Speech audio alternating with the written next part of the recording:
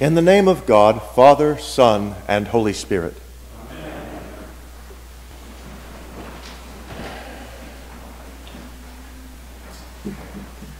We live in a culture of fear, and not entirely without reason. Many threats exist to our safety and our well-being. The slaughter, just a few days ago, of 50 people peacefully worshiping at their mosques in New Zealand heightens our awareness of how irrational fear breeds ignorance, and ignorance breeds bigotry, and bigotry breeds hatred that can motivate a person to outrageous, despicable acts. We are all hardwired to detect and respond to such threats, and that's a type of adaptive and necessary fear without a reasonable fear. In contrast to those irrational fears, we would make all sorts of bad choices that could harm us and harm others.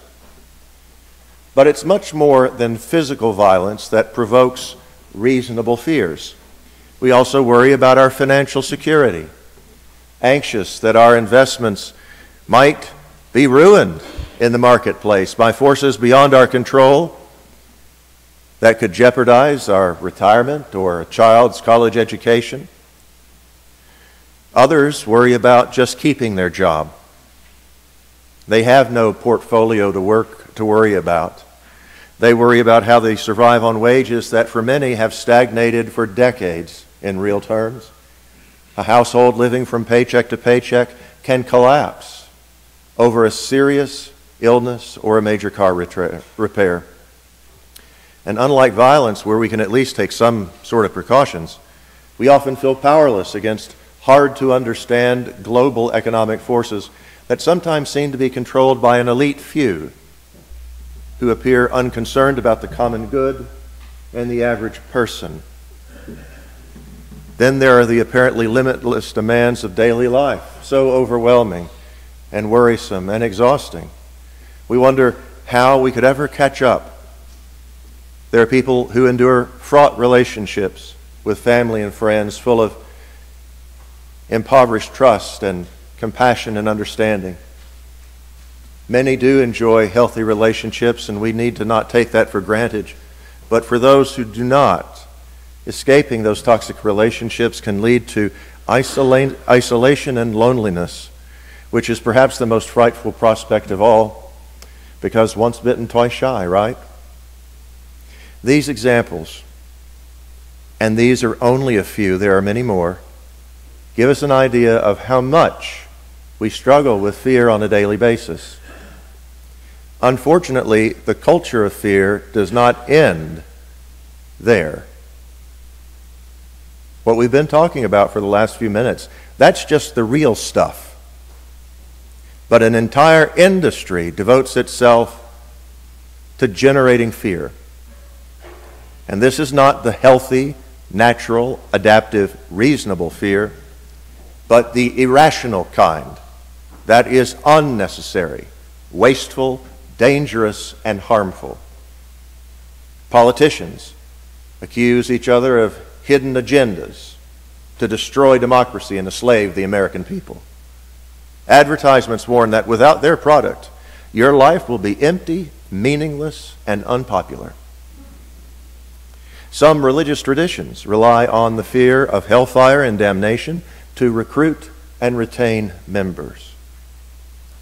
Why is there all this fake manufactured fear, this irrational fear being imposed upon us? It's simple. Fear manipulates and controls people very well. It exploits our vulnerabilities, warps our perspective, and goads us into actions that may be wrong and against our own best interests. Fear inhibits freedom. It squelches imagination and creativity. It consumes energy and weakens people. To break free from this culture of fear, we need Psalm 27 to echo in our minds and our hearts. The Lord is my light and my salvation. Whom then shall I fear? That's an excellent question. So the psalmist asked another one. The Lord is the strength of my life. Of whom shall I be afraid?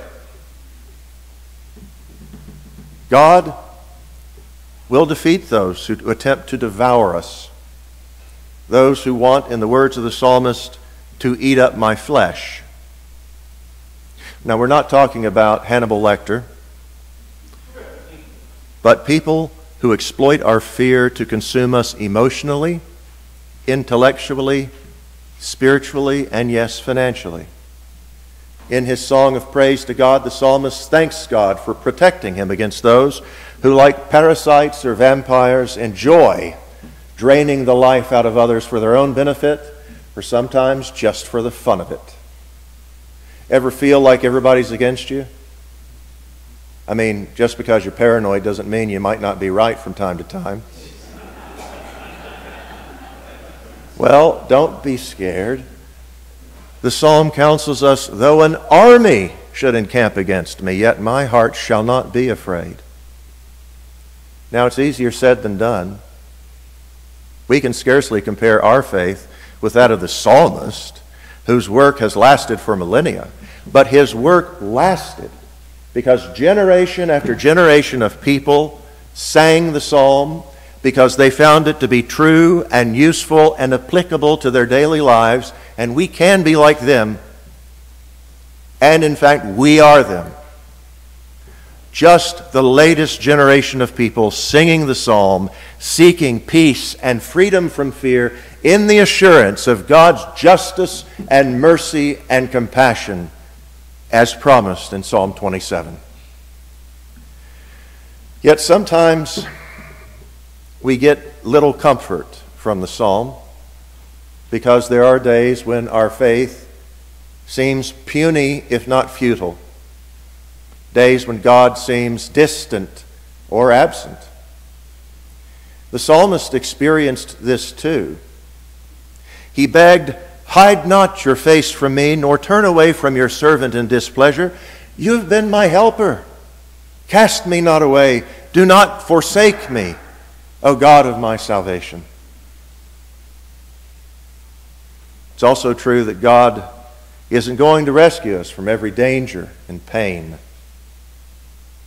Suffering is simply a natural part of what it means to be human, to be limited and sinful creatures, to be mortal, as we reminded ourselves on Ash Wednesday.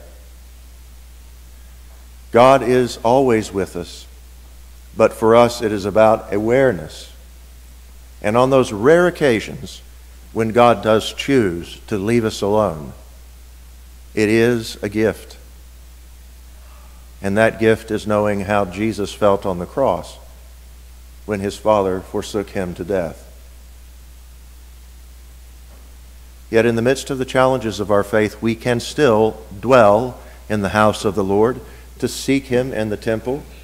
This can happen here in this beautiful sacred space where we gather to connect with God in a special way, but God's not going to be restricted by anything. God will be present wherever he chooses, whenever he chooses, and God chooses to be present with anyone willing to accept him. And it's in that holy presence that love conquers fear, ecstasy triumphs over agony, and we receive hope renewed. For God is faithful. Though my mother and my father forsake me, the Lord will sustain me, wrote the psalmist. God is the one and only person in all of creation who, no matter what the circumstances, despite whatever it is that you do and shouldn't have done or didn't do that you were supposed to do, God will never abandon you ever. And if we can grab hold of that truth and let that truth grab hold of us, grab hold of our hearts and minds, then we need not be victims of an unreasoning fear. Instead, we can be freed by faith to fully live. But, and you knew that was coming, it takes time. Oh, tarry and await the Lord's pleasure. Wait patiently for the Lord. That's how the psalmist finishes up, encouraging us to be patient. And that final verse of Psalm 27 is my least favorite for that reason. One of the hardest things to do is to be patient, and when you are frightened, it's even harder, because fear tends to prompt one of three responses that are hardwired into our brains. You either fight, you flee, or you freeze. And I know that all of us have been in all three of those situations. When you're fighting or you're fleeing, you don't have the time to be patient. You don't have the peace to be patient. And when we're paralyzed by fear, there's no way to be patient, because patient means choice. And when we're frozen, you're frozen. You're not making choices or decisions. Now, it may seem that this natural cycle is inescapable, but we can practice and learn how to function faithfully in the midst of fear, and it starts with redirecting our attention. Too often, we give too much of our focus to the fearful, almost to the exclusion of everything else. That is a choice, and we can make different choices. Several years ago, I went on a news diet. For years, I had gorged on television news, which does nothing but manipulate people emotionally. And I was taking about 12 periodicals, a mix of weeklies and dailies and monthlies, about 12 of them. And I realized that one good, reliable weekly news magazine, and I read The Economist, maybe an hour listening to a reliable news radio station, or even a half an hour reading on the web reliable news outlets like Reuters and the AP and the BBC. That was plenty to keep me caught up. You can't ignore this stuff. You have to be conversant with what's happening in the world. That's called good citizenship and good discipleship. But when I'm on my news diet, and sometimes I break it, when I'm on my news diet, I'm less worried and fearful. When I drop the diet, my anxiety just soars. We all have the choice to focus less on fear and more on God's power and goodness. And that's an opportunity we need to be grateful for, because gratitude empowers us to experience and express our faith, and faith fights fear by making us aware that God is present and merciful and mighty. Faith gives us the hope that we are not trapped, at least not indefinitely. With faith, we can better experience the mystery of God's unconditional love, which encourages us to dwell with God. And when we are dwelling with God, we receive peace. And peace strengthens our souls and shapes our perspective, so that when we confront something or someone frightening, we can resist the impulse to go automatically into animal mode, where our only alternatives are to fight, flee, or freeze. As Paul wrote the Philippians, Jesus will transform the body of our humiliation, that it may be conformed to the body of his glory, by the power that also enables him to make all things subject to himself. Now, what Paul's talking about here is resurrection. But for our purposes, this resurrection is an experience of transcendence, one that we experience in part now and will experience fully later. And transcendence is the result of a transformation in our hearts and minds that enables faith, not fear, to reign supreme. Psalm 27, more than anything else, is a song of praise about how God transforms us through his faithful love into people who can transcend fear, both real and manufactured, both reasonable and irrational. God lifts us up so that we can rise above our culture of fear, a culture that wants to dominate us. And every time we accept this gift of grace, this gift of freedom from fear, we reveal the lie dominating our culture. And we offer a witness of hope to others, and we cause a subtle shift, not only in our own lives, but in our world. A shift away from unreasoning fear and toward freedom. a shift away from despair and toward hope, a shift away from enmity toward peace, and a shift away from apathy toward love. And we are given this to share, and we practice it, not only for ourselves, but for all of God's children, even those who frighten us.